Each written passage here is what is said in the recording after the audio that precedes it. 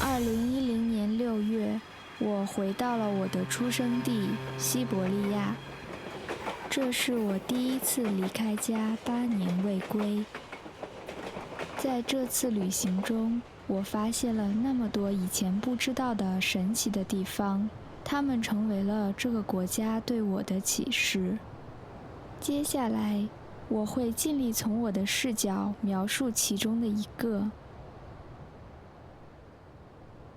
始于乌兰乌德的路通向俄罗斯佛教圣地伊万格斯城达特桑的中心，距贝加尔湖东面100公里左右。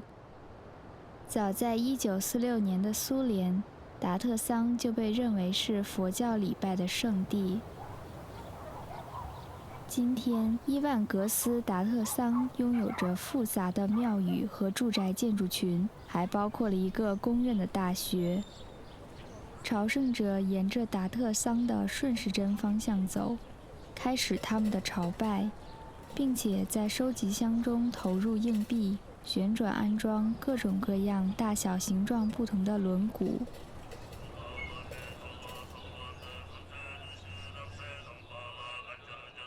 老布里亚特艺术的独特样本，像唐卡、雕塑、宗教礼器等，都被集中在伊万格斯达特桑保存。在修道院收藏的珍品中，有一件是来自西藏的写在天然蚕丝上的旧佛教手稿。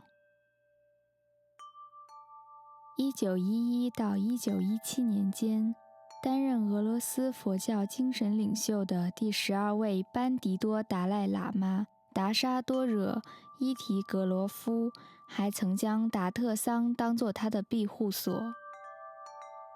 达沙多惹伊提格罗夫生于1852年，16岁就开始他的宗教教育。1911年，他被任命为达赖喇嘛后，他用这个职位在布里亚特进行了佛教复兴。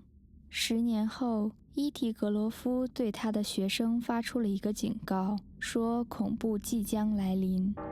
然后他坐下来打坐，并进入到另外一种状态，像是他离开了他的身体。换句话说，即他开始祈祷死亡，并进行死亡冥想。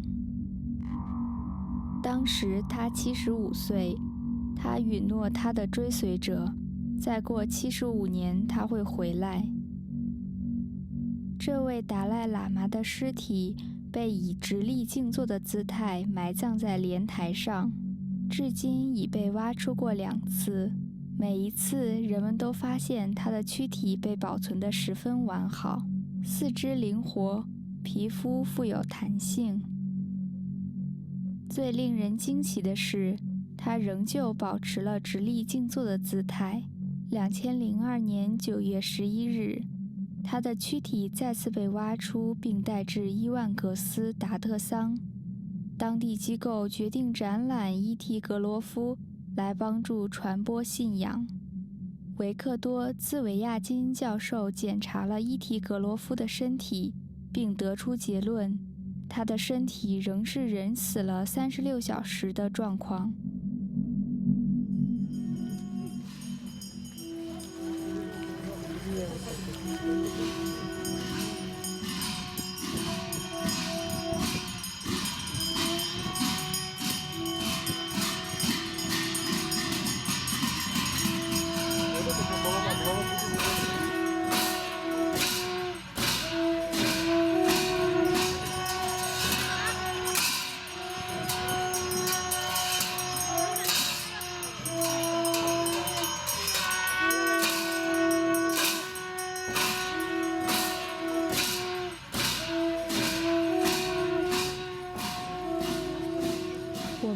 说我们很幸运地目睹了他被从住所转移到庙宇的过程。当时有种奇怪的宗教感觉，我们中的一些人感到有种想哭的冲动，另外一些人则感到尖锐的头痛，接着突然一下子就变得平静和放松。我们有一个参观它被收起来的机会。它被抬到高于我们头顶的位置，他的目光渴望距离，尽管他的面部不是十分的清晰。庙宇内部是一种暴乱的颜色，柱子上喷涂了旋转而上的龙，以及成百上千的各种各样的佛的画像。庙外有成百上千的人等候着瞻仰伊提格罗夫，庆祝活动十分热闹，令人兴奋。许多年轻人在比赛摔跤、射箭以及布里亚特民族竞技。上了年纪的人都忙于跳舞唱歌，所有年轻人和年长的人在同一屋檐下，共同庆祝他们生活中最重要的盛事。